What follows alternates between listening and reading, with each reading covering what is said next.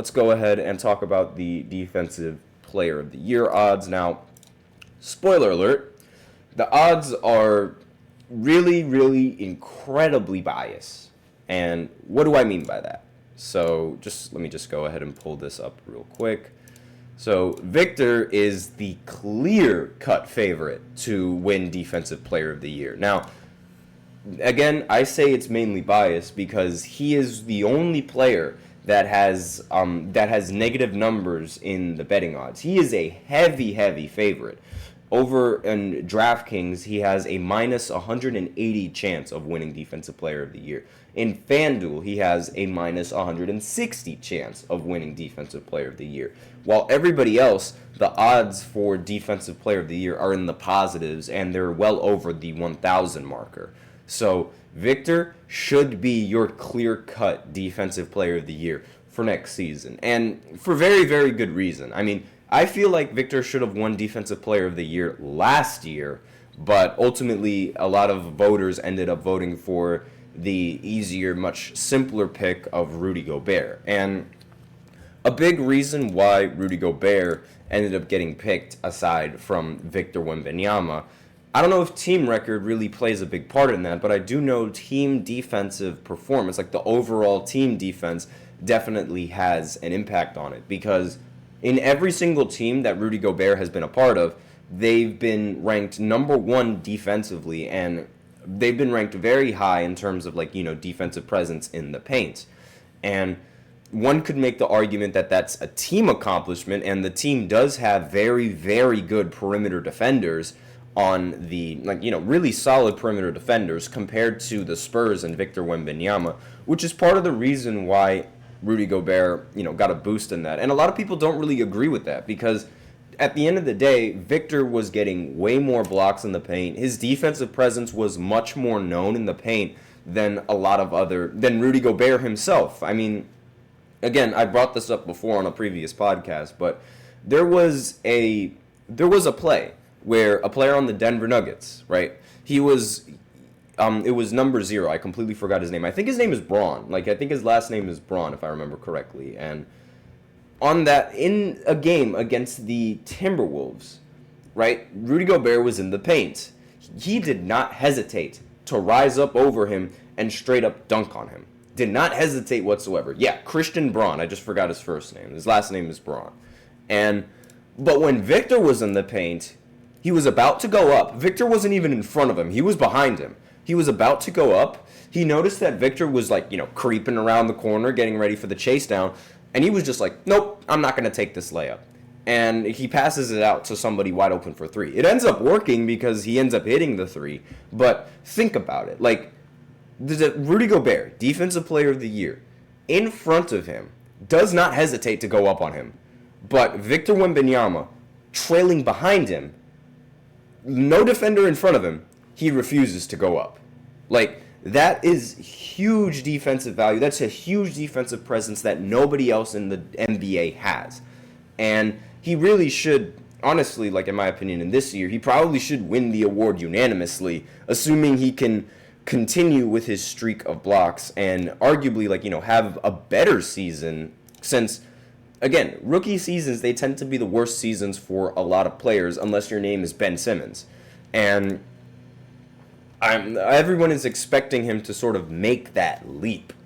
And Anthony Mananzo's in the chat saying, if it's true based on the rumors that the Heat might trade Jimmy Butler for you, who are the most realistic teams in terms of return in our playoff teams this season? Interesting. That's a very interesting question. And I don't think Jimmy Butler is going to get traded. I think they're going to use him for this season, and they're going to try to make a deep playoff run with him in this season.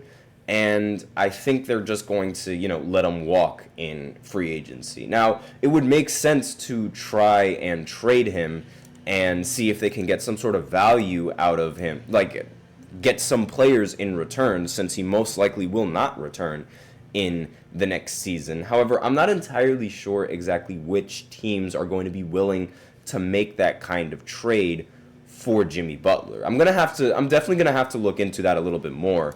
But I mean, let me think. I mean, off the top of my head, the Knicks really seem like a team. But again, I don't think he's going to join the Knicks. I really don't.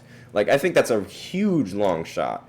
And the Sixers, they just acquired a small forward, so there's really no need for them to try and, trade for Jimmy Butler whatsoever. Even though, the Sixers and Jimmy Butler, they could have won a championship together. That would be a very surprise turn of events, but I doubt that's happening. And I also don't really see I don't see any other team really looking to trade for Jimmy Butler. Maybe the Bulls. Like, I mean, out of nowhere, the Bulls could come out of nowhere and just try to do that. But again, I don't really think that Jimmy Butler is going to be able to get traded. Like, his trade market value is still in question.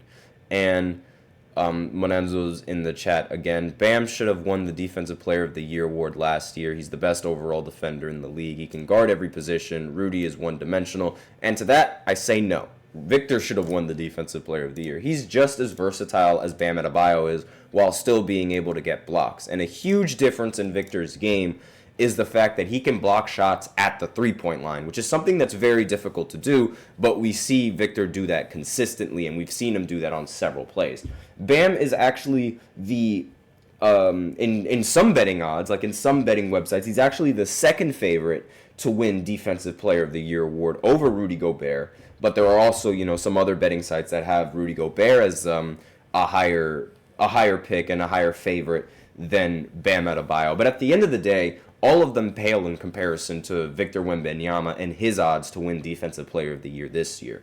And Bam, honestly, he should not have won it last year, and I'm glad that he didn't. Because while, yes, he is a versatile defender, he is rather undersized, and Victor is way oversized, yet is still as valuable and is still as versatile of a defender as Bam can be. I mean, he's just a freak of nature.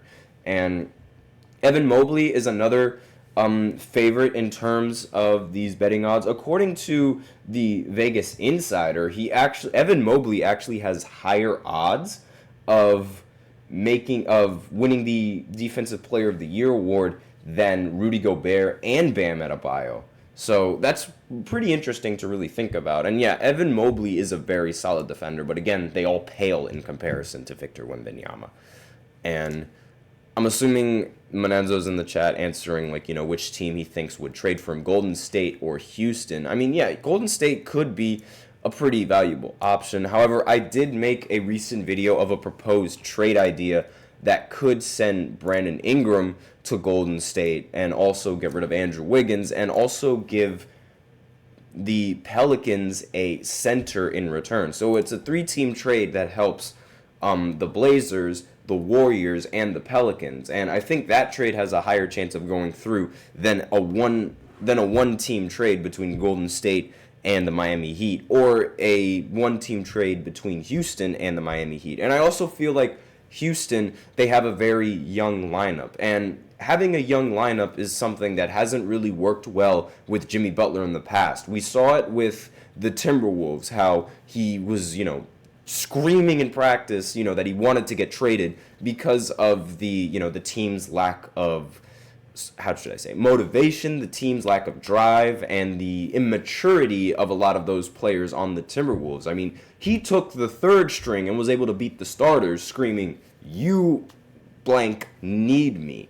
And, young teams, they don't really seem to work with Jimmy, so I really don't think that Houston is an option. Now, Golden State, on the other hand, that might be a solid option. I'm sure he has a lot of respect for Curry and all of the veterans that are on that team. So that's all I really have to say about the betting odds. Again, there's really no one else to talk about because, there's no dark horse candidate that can actually legitimately beat Victor Wembanyama, in my opinion. So there's no real need to talk about that. So with that out of the way, let's go ahead and go into our break. And then we're going to go into the third segment where I give my own all-time starting lineup that I think can beat Austin Reeves' lineup and the previous lineup that I talked about that was meant to beat Austin Reeves' lineup. So if you're interested in that, be sure to stay tuned.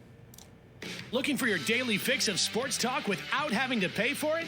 GSMC Sports Network is available on YouTube. Just search GSMC Sports Network. Get your fix of daily sports talk shows on YouTube, absolutely free. NFL, college football, NBA, MLB, MMA, UFC, fantasy football, and so much more.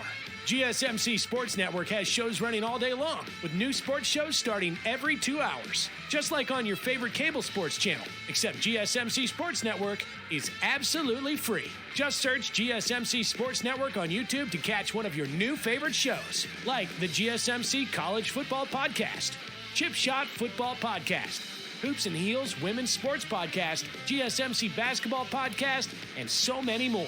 Check it out for yourself. GSMC Sports Network, now available on YouTube absolutely free. Search GSMC Sports Network on YouTube right now.